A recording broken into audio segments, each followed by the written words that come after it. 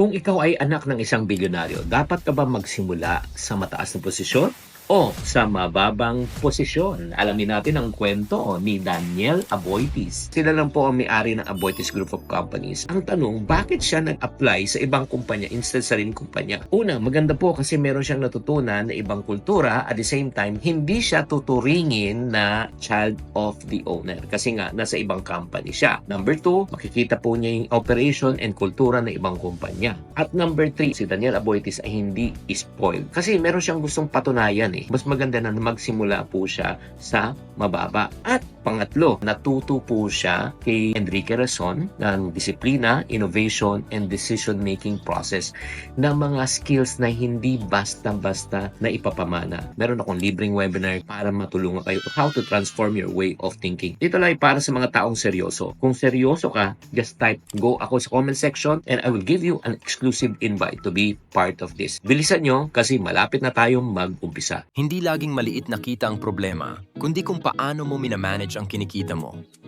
Gusto mong gumaling sa paghahawak ng pera? Subukan mong basahin ang Tagumpay Diaries ni Chinky Tan. May step-by-step guide ito na tutulong sa'yo magplano, mag-budget, magnegosyo at magpalaki ng savings.